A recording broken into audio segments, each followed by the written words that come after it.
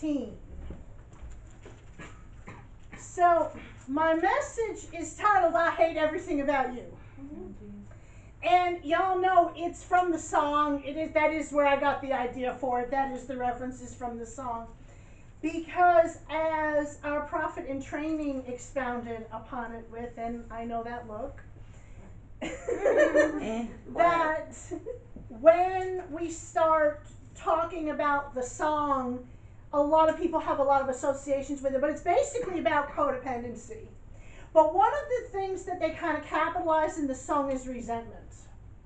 Okay, now everybody want to sit here and look all innocent, or are we going to be honest? And by show of hands, who has ever dealt with resentment? I better put up 2 hands because, yeah, I was going to say. One's holding the Bible. Yeah, okay. So when it comes down to it, this is a message for the rest of us. Okay, we have a story about 2 brothers. One felt overlooked, and we've talked for 2,000 years about the other one. So as far as I'm concerned, point made. Okay, we only have talked about for 2,000 years the prodigal, because the prodigal makes us feel all warm and fuzzy and God and welcoming us in and but no, I want to talk about the other one, because one of the reasons why is we have been hearing about the prodigal for years and years and years, but we often don't hear about the other brother and the other brother's experience. And when we start talking about the other brother's experience, everybody makes it sound really, really bad. Like he was just selfish and self-centered and sat over in a corner and moped and didn't care about anybody else, when that's actually, if you read the text, not what happened. And that's not actually the thing. You know, there's something we always say, all feelings matter. So this is an all feelings matter message in here today, as we're going to talk about the other brother. We're going to talk a little bit about the prodigal, but we're going to talk about him in connection with the other brother. So, who here has ever seen Everybody Loves Raymond? Okay. Who knows which character I'm going to mention? Robert. Okay. Why am I mentioning Robert? Because he's the other brother. He's the other brother. That no matter what Robert did, it didn't seem like Robert for most of the show could catch a break. Okay, now, we have a whole other love for Everybody Loves Raymond because they were Italian. So, we really, really identify with Everybody Loves Raymond. And my mom says it all the time. You were Robert and your brother was Raymond. And it was the same type of dynamic. Your brother, I better not mention his name. That might be how we find him. But you know, your brother was the younger of the 2. And the mother, my grandmother was like attached to him, with still running around with the umbilical cord as an adult. Okay, am I wrong? No, okay. So that was kind of that situation. So we watched the father, which my mother said if her father was still alive, he would have loved Frank. And we really identify with the dynamics and the stuff that they talk about, even with other people that we've known and other families that we've known. But Everybody Loves Raymond. Everybody can relate to Everybody Loves Raymond. There's something in it for everybody. No matter what Robert did, he got the short end of the stick, and it was that way his whole entire life. And it seemed like Raymond, even though he might have been a jerk, and he was a jerk, and I mean an awful lot of stuff, I don't know how to say this, I would have left him. We would have been married no more. After that one with the checkbook, where, you know, he's making a fake checkbook and bouncing all the real money because he told her she wasn't doing it right. And then she's sitting at the table at the end and not saying anything. And he says to her, aren't you going to say something? And she says to him, when the Titanic is sinking, you load the lifeboats, Ray. You don't stop to yell at the iceberg. I would have just left him, the iceberg, all by himself in the ocean, flattering somewhere. I mean, I wouldn't have stayed with him. And then you have that whole other mess. But for whatever reason, the mother just always loved him more. He always seemed to have the good job and the kids and the family and everything that Robert supposedly wanted, and that Robert just couldn't have. And Robert wasn't really a bad-looking guy. He wasn't a bad guy. I mean, there was that whole thing with Amy and Stefania and his ex-wife, and that whole triangle, and that was really not the best view of Robert. But no matter what he did, he just couldn't measure up. And Robert was the picture of resentment.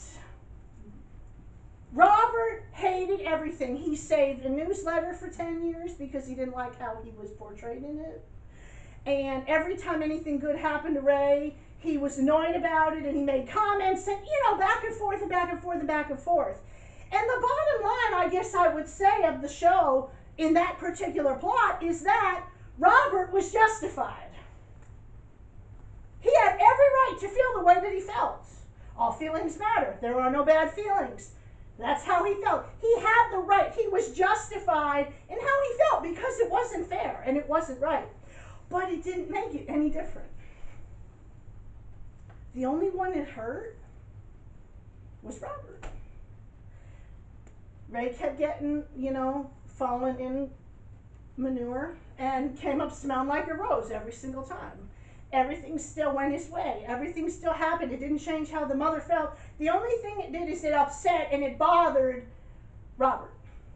And I think it did affect the decisions he made in his life. I think it affected his relationships because he was holding on and mad about something that wasn't going to change. Ergo, our first of the two brothers. So, starting in verse 11 of Luke 15, and I'm reading from the Message Bible, and that's all Angie's fault because I actually have been looking at it more and it was really good for this. So, yes, okay. Then he said, there was once a man who had two sons. The younger said to his father, Father, I want right now what's coming to me. Now that's important. So the younger son wanted everything right now. And let's also give a backdrop here, because y'all know we all talk about fan fiction and stuff. All right? This didn't just start now. This was not the first day that the younger brother got his way. Okay, let's just be real. That's how families are. Who has siblings? Who has more than two siblings? An awful lot of us, okay? And what happens is there's always that one that always seems like they're always getting their way, okay? And it's not you. Yeah, okay. It wasn't me either. But you know that's how it works, is that there's always one that has to have it now. There's always one that can't wait until later. And there's always one that's got to be the grown-up. So they're there, and they're doing what needs to be done, and they're supporting the parents, and they're doing the work on the farm in this case, and they're always there, and they're always responsible, and that's how it always seems to be. And so one is always there and always doing what they're supposed to do, and one is always not. And then the one who's always doing what they're supposed to do stops liking the other one really, really, really quick. So the father divided the property between them, and this is starting in verse 12. It wasn't long before the younger son packed his bags and left for a distant country. There, undisciplined and dissipated, he wasted everything he had. After he had gone through all his money, there was a bad famine all through that country, and he began to hurt. He signed on with a citizen there who assigned him to his fields to slop the pigs. He was so hungry he would have eaten the corn cobs in the pig slop, but no one would give him any. So what was going on there is, he did his thing, he fell in the manure, okay? But what was going on at home? The story doesn't tell us what was going on at home, but I know what was going on at home. So at home, the father, and notice there's no mother, which I do think is relevant in this story. So she's either gone or she's dead, and it's just all this testosterone. All right, so, and we all know, you talk about a lot of these stories when fathers are dealing with their kids in this kind of situation and there's possible grief or illness or somebody's not there. They don't always deal with everything well. So, they're there, he's hearing, I wonder where your brother is. I wonder if your brother's okay. I wonder what's going on with your brother. I wonder if your brother's going to be better. I wonder where he's at. He took all of his stuff. I wonder if he still has money. I wonder if he's needing anything. And so this is what the other brother's hearing. Brother. So, he's always hearing about this. Well, he's all squandering. And I bet you that if the other brother had heard about this, he would have been happy about it. Okay, let's all be honest, resentment isn't nice. Resentment is not friendly. And that's why I say this is for the rest of us, because we're not going to pretend to be all, pure as the driven snow. we have feelings about stuff. And when somebody has been giving us a bad rep our whole entire lives and are always overshadowing us, you feel some kind of way about that. And so if his brother finally got his, he would have been good with that. Okay? Verse 17, that brought him to his senses. He said, all those farmhands working for my father sit down to 3 meals a day, and here I am starving to death. I'm going to go back to my father. I'll say to him, Father, I've sinned against God. I've sinned before you. I don't deserve to be called your son. Take me on as a hired hand. He got right up and went home to his father. So he had his come to Jesus moment, or rock bottom, as they would talk about in 12-step programs, where he actually could see that, you know what, I'm not equipped to do what I'm doing. So he got his own humbling get in his way. And sometimes with people, we need to stop worrying about what they're doing and what they're getting and just let them have what they want. Because as it goes in that song, I know I put it up on Facebook, when they talk about it in Kid Rock does, and Only God Knows Why, he says, and people get what they deserve. Eventually people do. Whether or not we like to accept that, it's true. And that's why we need grace, because thank God a whole bunch of us don't need what we deserve. But eventually we come to this kind of conclusion. We recognize where we're at, and we have to do what we have to do. And so that's what happens. So he was prepared to humble himself. Verse 20, when he was still a long way off, his father saw him. His heart pounding, he ran out, embraced him, and kissed him. The son started his speech. Father, I've sinned against God. I've sinned before you. I don't deserve to be called your son ever again. But the father wasn't listening. He was calling to the servants, quick, bring a clean set of clothes and dress him. Put the family ring on his finger and sandals on his feet. Then get a grain-fed heifer and roast it. We are going to feast. We are going to have a wonderful time. My son is here, given up for dead and now alive, given up for lost and now found. And they began to have a wonderful time. All this time his older son was out in the field. So the older son is always doing what he always did. He's being a grown-up, he's being an adult, he's doing the work that he needs to do, he's doing what has to be done, he's being responsible, and he comes home to this whole scene. When the day's work was done, he came in. As he approached the house, he heard the music and dancing. Calling over one of the houseboys, he asked what was going on. He told him, your brother came home. Your father has ordered a feast, barbecued beef, because he has him home safe and sound. The older brother stalked off in an angry sulk and refused to join in. His father came out and tried to talk to him, but he wouldn't listen. The son said, look how many years I've stayed here serving you, never giving you one moment of grief. But have you ever thrown a party for me and my friends? Then this son of yours who has thrown away your money on whores shows up, and you go all out with a feast. His father said, son, you don't understand. You're with me all the time, and everything that is mine is yours. But this is a wonderful time, and we had to celebrate. This brother of yours was dead, and he's alive. He was lost, and now he's found. So what strikes me in this is that the father never once told the oldest son that he was wrong. He might have said, you don't understand, or, here's another way of looking at this. But he never told him you were bad. He never chided him. He never rebuked him. He just welcomed him like he welcomed his other son. And he told him, everything that I have is yours. In other words, you could have had anything that you wanted at any time. What does the Bible tell us? Ye have not, because you ask not. And so he's being all grown up and resentful and mad and responsible, but there was no reason why he couldn't have ever had it, because everything was his.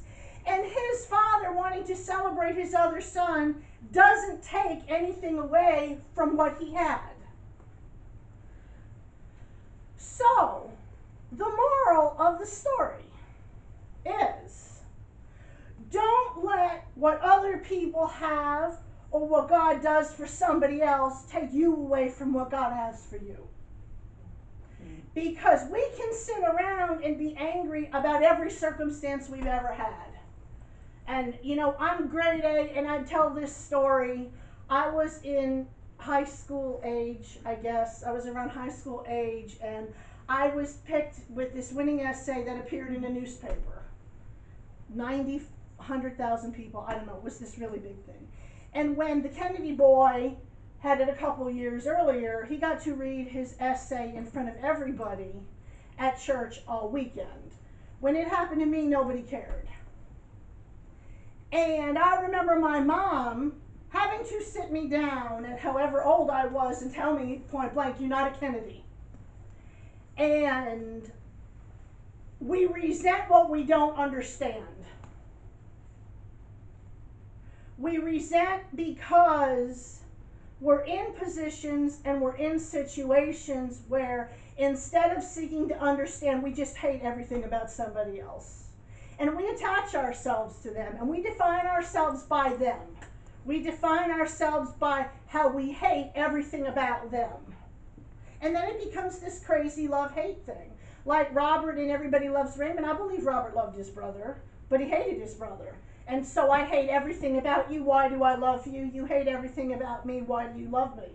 And it becomes that weird, crazy, toxic thing. But what God wants us to do is stop letting everybody else and what happens to everybody else and what everybody does affect us. Because God can still do and will do for us because everything that He has is ours. But we have not because we ask not. So instead of looking at what everybody else has and judging our worth by everybody else, we need to start to do and judge by what God has for each of us. And God has something for all of us, whoever we are, and it is not dictated on anything about us because, as my mom said earlier, God is love. And so God is love not because of anything we've done, not because of who we are, not because of where we are, but because it's who God is. So, we need to leave the resentment at the altar. And it can take on a lot of different forms. But we are here for a purpose. And if we let God reveal more of that to us, we will see all the more what is for us. And that God has that fullness. So we can ask for it. And there is no feeling we can't bring before God. Even our resentment. Thanks be to God. Amen.